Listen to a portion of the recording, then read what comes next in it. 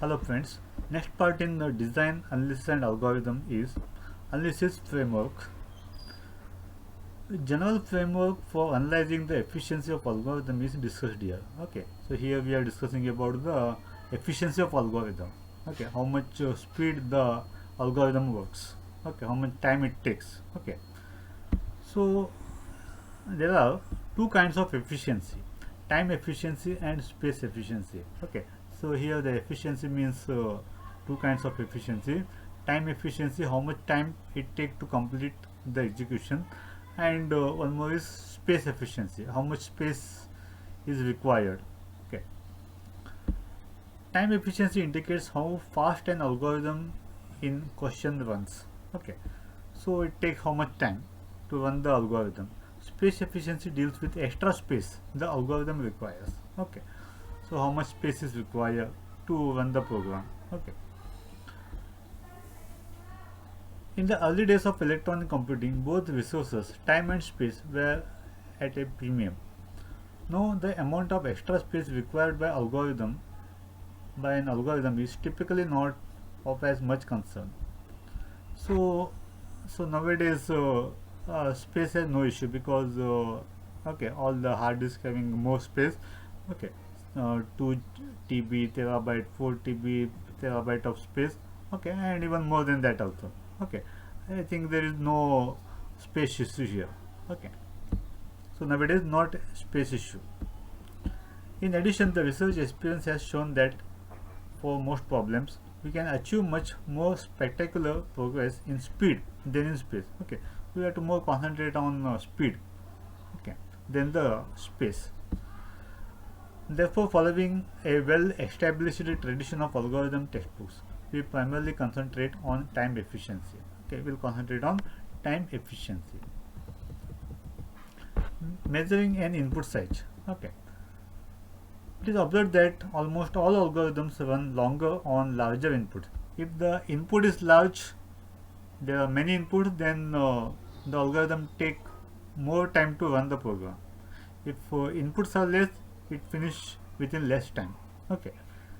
For example, it takes longer to sort larger arrays, multiply larger matrix, and so on. Okay.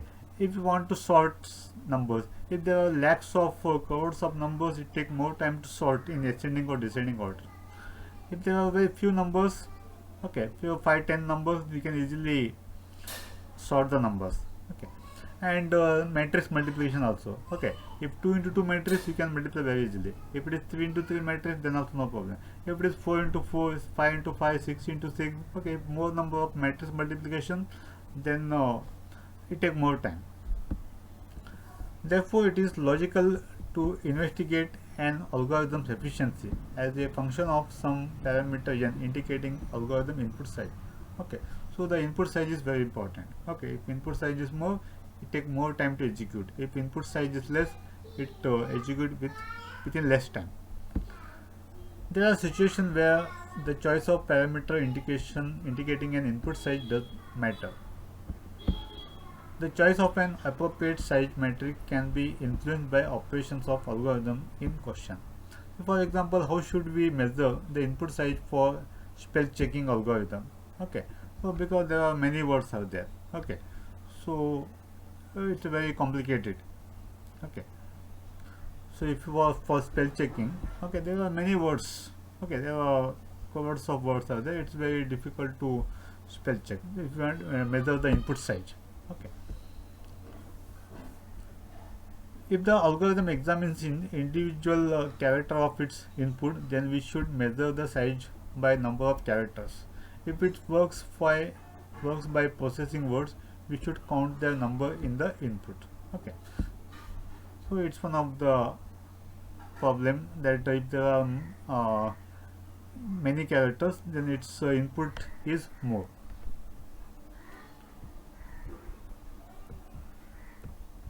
Units for measuring running time. To measure an algorithm efficiency, we would like to have metric that does not depend on these extraneous factors. One possible approach is to count the number of times each of the algorithm operation is executed. Okay, if you want to know that particular algorithm, how much time it takes to execute. Okay, so one approach is both excessively difficult and, as we shall see, usually unnecessary. The thing to do is to identify the most important operation of the algorithm called the basic operation. Okay, so here the most operation is the basic operation to identify the operation. The operation contributing the most of the total running time, and compute the number of times the basic operation is executed. So how much times that basic operation is executed, how much time it repeated in the loop, how much time it repeated. For example, most sorting algorithms work by comparing elements key of list being sorted with each other. For such algorithm, the basic operation is a key comparison. Okay, for sorting, you need to compare the two numbers. If a particular number is lesser, that number you should you have to exchange. If first number is larger than the second number, you need to exchange. Okay, you need comparison. Okay, if many numbers are there, so many comparisons.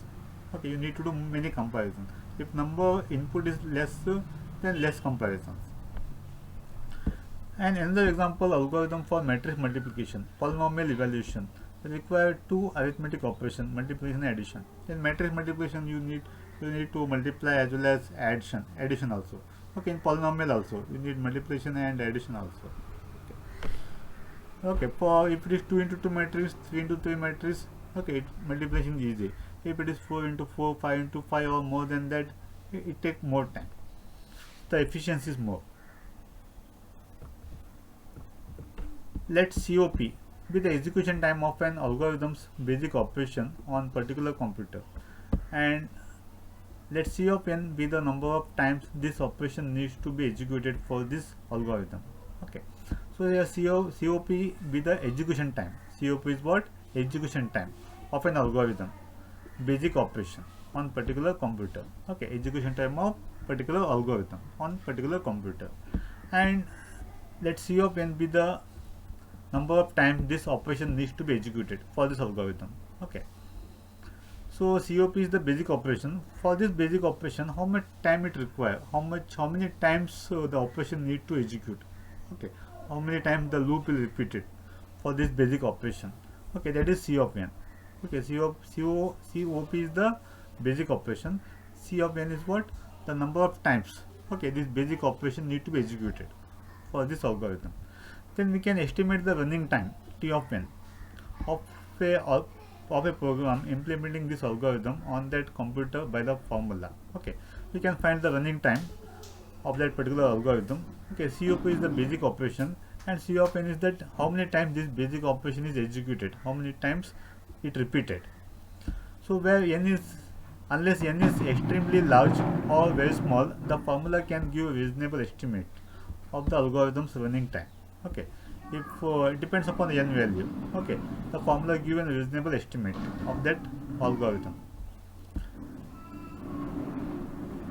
It is for these reasons that the efficiency analysis framework ignores multiplicative constants and concentrates on counts order of growth to within constant multiple for larger size inputs. Okay, so we can this by using this order of growth, we can tell that how much time it take.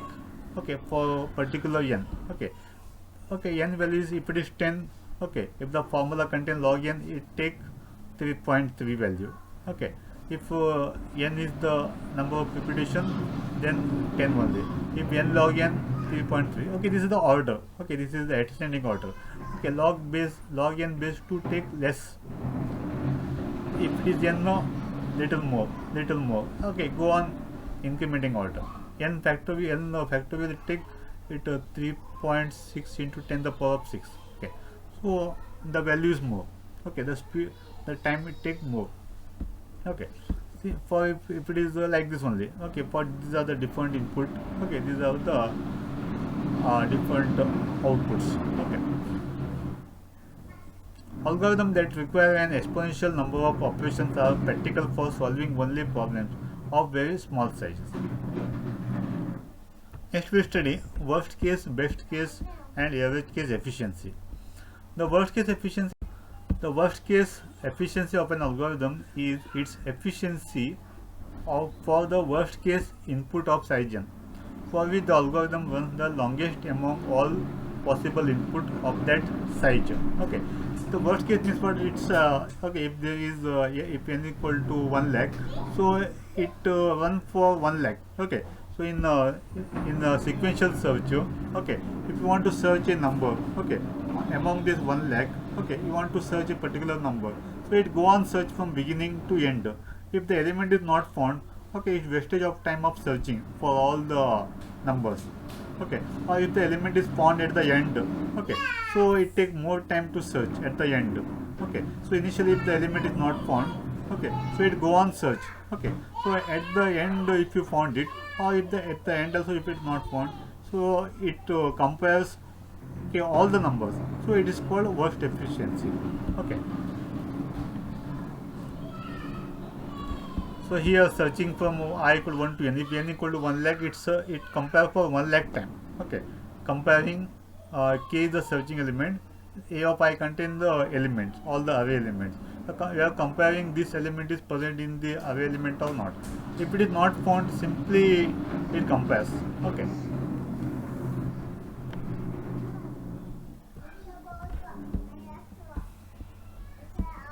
Okay, so the running time of above algorithm can be quite different for same list of size n. In the worst case, when there are no matching element, if the element is not found, okay, or the first matching element happens to be the last one at the non-list of the, if suppose the element is found at the end, the algorithm makes the largest number of key comparisons, so it compares all the numbers among all possible input of size n. Okay, that is the worst n. Okay, so how many comparison? N comparison. If input is size is n, so how many comparison? N comparison. So this is the worst case. Okay, so best case efficiency. Best case efficiency is what? When you compare the element at the first time only, if the first time only the element is found, so that is the best case. Okay, assume the searching element at the position first place only. When you compare first element with the searching element, if the element found means what? That is the best case. Okay, so it not compare with other numbers. If the element is found at the first place, okay, so then it will not compare with second, third numbers. Okay, so you stop there only. Okay, you compare the first number. If it is found, you just stop. Okay, will not compare with other numbers. Okay, that is the best case. Okay, so we determine that kind of inputs for which the count of n will be the smallest among all possible input of size n. Okay, comparison is very less. For example, for sequential search, best case inputs are the list of size n with their first elements equal to search key. If the first element is searching element, okay, whatever you are searching, it found at the first position only. That the first element is the which you want. Okay, so then what's best case is what? 1, only 1. In worst case, so if element not found, the worst case is what? C of n is n. Okay, C worst is n. Best case is what? 1. The best case is what? 1. The element found at the beginning only. Then average case. So average case means what? The element found in between. Okay, is found in between, neither first neither last position. It find in between. Okay, and that is the best case.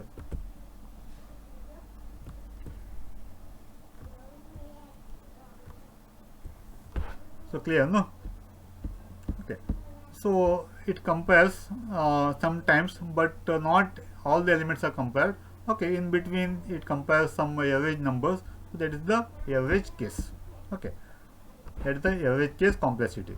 Worst case means element not found or element found at the end. That is worst case. Best case, element found at the beginning only. That's the best case. Okay, only one comparison. Average case means you compare half of that numbers. Okay, or nearby that half numbers. Okay, so that is the average case. Okay, in an average you compare, you not compare all the numbers. Okay, so you compare some numbers. Okay, that is the average case.